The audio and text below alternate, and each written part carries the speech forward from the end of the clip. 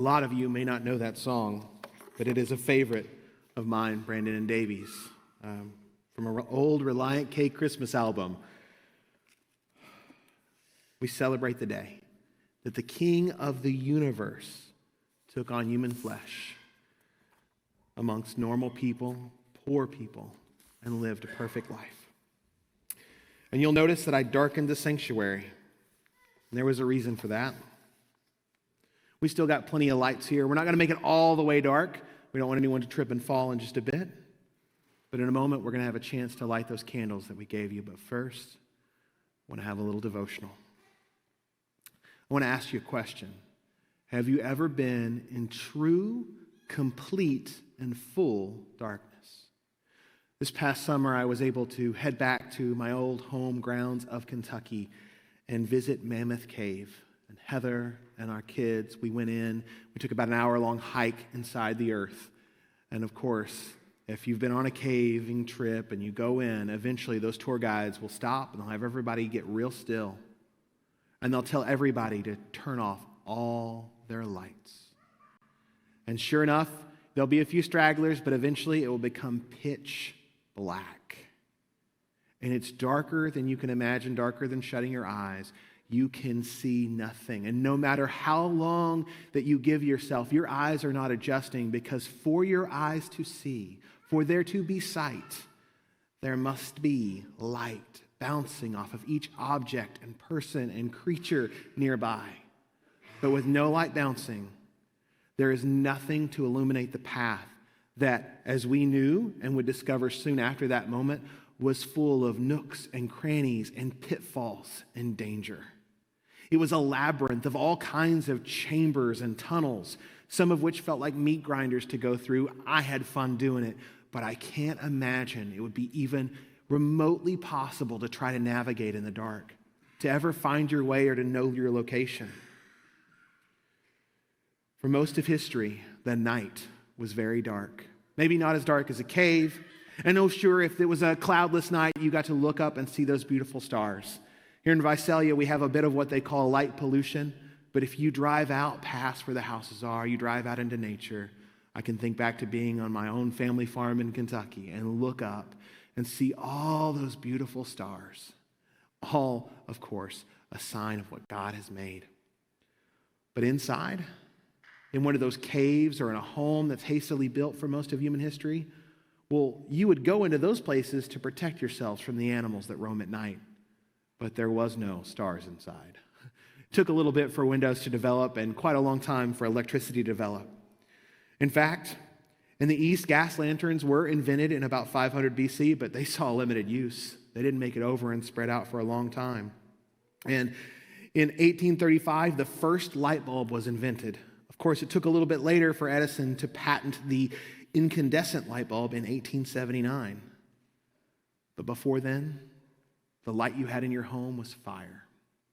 It was candle, or it was gas power, or not gas powered, it was oil powered. And you had something burning to illuminate the dark home that you lived in if you needed to see. If there was something that went bump in the night, if you needed to get up before the break of dawn to be ready to go and work.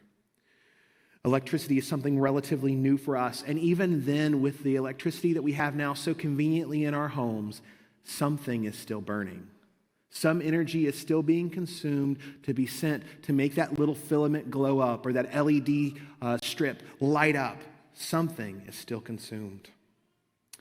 And while we are on this earth, in our temporary home, it still takes something to be consumed for this sometimes very dark place to be lit up. Those of us that are allegiant to Christ, our ultimate home is in heaven. That's where our citizenship is, and there is light. But while we're here, even if you've not been in the depths of Mammoth Cave, you have, or you will, go through a very dark period in your life. And the earth itself once had a very chaotic period. Let's read Genesis 1, 1 through 5. In the beginning, God created the heavens and the earth. The earth was formless and void, and the darkness was over the surface of the deep, and the Spirit of God was moving over the surface of the waters.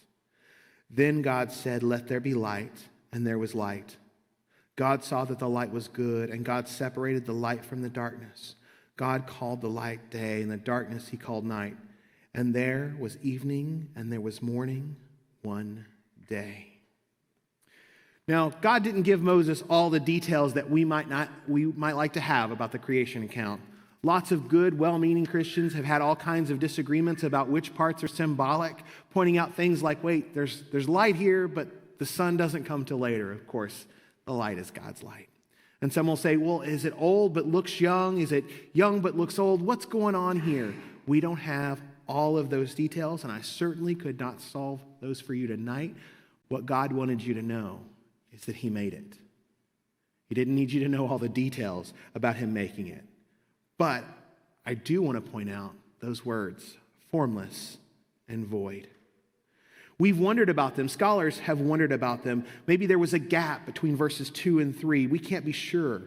But there was existence. There was matter. There was something physical. But God wanted to illuminate it and put it in order. And he gave earth a new family who would be his image bearers, his imagers, called mankind. Let's read Genesis 1:26 through 28. Then God said, let us make man in our image, according to our likeness, and let them rule over the fish of the sea, and over the birds of the sky, and over the cattle, and over all the earth, and over every creeping thing that creeps on the earth. God created man in his own image. In the image of God he created them. Male and female he created them. God blessed them, and God said to them, be fruitful and multiply, and fill the earth and subdue it, and rule over the fish of the sea, and over the birds of the sky, and over every living thing that moves on the earth. And so we know from this morning, for those of you that were here, that there was this wonderful period of order, but unfortunately, there was a fall. They had one rule. They were not to eat from the tree of the knowledge of good and evil. That word good being tov or tob. Sometimes we'll translate it that way, but really tov is the best way of Hebrew, or spelling it in Hebrew, T-O-V, good. We tend to picture it as, all right, they're gaining some knowledge and that's bad, but it's more than just gaining some knowledge. They're breaking a rule, but in that good and evil concept, they're now determining for themselves what is good or evil, rather than just submitting to God and allowing him to do that. And so there was a betrayal, and chaos rippled out. After this wonderful moment where heaven and earth were connected, where Adam and Eve could walk in the garden with God, where God's angelic heavenly family was there, and he had that family, and this new family he had made, this physical family, mankind was there. All that harmony, all that light, all that beauty was broken. Some of the angelic family were in rebellion, and the humankind was in rebellion, and sometimes the two worked together to thwart and rebel against their maker. And yet God had a rescue plan all along, as we discussed this morning. There was this plan that even though that light had been interrupted, truly it wasn't snuffed out. God could never be snuffed out, but all the chaos in this world and the ripple effects clouded it and made everything opaque to where the light could not be fully seen. God was on the move. Let's read again John 1:1. In the beginning was the Word, and the Word was with God, and the Word was God. He was in the beginning with God. All things came into being through him, and apart from him, nothing came into being that has come into being. In him was life, and the life was the light of men. The light shines in the darkness, and the darkness did not comprehend it. John, son of Zebedee, the author of the Gospel of John, sometimes called the disciple whom Jesus loved, or John the Revelator, he's writing about another man named John. And he's going to write about how John was that first person in the midst of darkness to see light. Like a sailor on lookout in rocky shores where there is danger, shouting land ho to tell all of his crewmates that there was a safe place that they could take port. John the Baptist comes on the scene. Let's read verse 6 through 18. There came a man sent from God whose name was John. He came as a witness to testify about the light, so that all might believe through him. He was not the light, but he came to testify about the light. There was the true light, which coming into the world enlightens every man. He was in the world, and the world was made through him, and the world did not know him. Let me pause here. As C.S. Lewis said, there was once a manger that contained something bigger than our entire world. We truly can't wrap our minds around the true light coming to dwell among us. Verse 11, he came to his own, and those who were his own did not receive him. But as many as received him, to them he gave the right to become children of God, even to those who believe in his name, who were born not of blood, not of the will of the flesh, nor of the will of man, but of God. And the Word became flesh and dwelt among us, and we saw his glory. Glory as the only begotten from the Father, full of grace and truth. That word, we sometimes get confused when we translate things in English. Begotten there really is monogenes, one of a kind. We can be adopted as children of God, but Jesus is the one of a kind Son of God, part of that Trinity, existing always forever in perfect co-equal unity. John, testifying about him, and cried out saying, "This was he of whom I said, he who comes after me has a higher rank than I, for he existed before me. For his fullness we have all received, and grace upon grace, for the law was given through Moses. Grace and truth were realized through Jesus Christ. No one has seen God at any time. The only begotten who is in the bosom of the Father, he has explained him."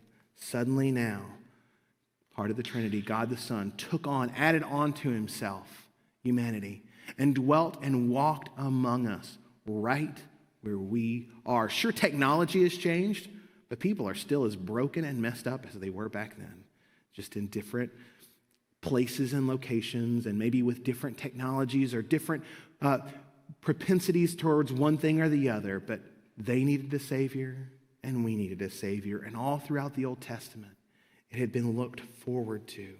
And then it came. But light has a cost. If you're in the darkness and suddenly a candle blows out, what do? You stumble for a match, and you strike that match, and you light the candle. But then what about that match? It's used up now, isn't it? He came as a light, but he came to die, and he called us to follow him. Hebrews 11:28-29 says, "Therefore, since we receive a kingdom which cannot be shaken, let us show gratitude by which we may offer God an acceptable service with reverence and awe. For our God is a consuming fire." Jesus knew, although his body would be broken, although his blood would be shed, he would stand at the right hand of the Father.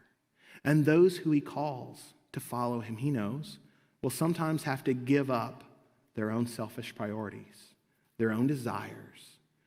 Some of that is going to be consumed as we model Jesus in his path of shedding light, because he was all about shedding the light on others. And now that he has ascended, he's left us to continue that light, to continue to spread it. From that first visible fire present at Pentecost, now that light should reside in our hearts. He has chosen to enlighten each of us that follow him one at a time. And it should consume us. It should change us. It will eat away at some of our times and priorities, sure, but like gold tried in the fire, it will also purify and refine us as we allow God to consume us more and more and change us into who he designed us to be. Rather than just merely focusing on what we want throughout tomorrow, throughout tonight, throughout the whole year, may we choose to be following in the example of Jesus. May we choose to be a light for others, surrendering our comfort when necessary, and shine that light for them one at a time. And each individual light, when together, can shine more than we can imagine. Avery Joe and Jersey, I believe, since the original one was sick, could you two come up here and stand? You're going to help me with something. We're going to light some candles so that we can have a physical representation of how one at a time light is spread. I'm going to light from the Christ candle and then light these two candles. But in an attempt to prevent wax from going everywhere, let me tell you, if you've never done this before, how to do it. The person with a lit candle, they have their candle like this. The person with the unlit candle bends their candle to the flame and lets it catch, then lifts up. And then they're going to go down each row, help your neighbor get lit up, their candle. And then once all that's done, then we'll walk out together and say a prayer and blow out our candles out in the lobby while they sing Joy to the World. But first, the light we have comes from Jesus. And he has called us to spread it one at a time.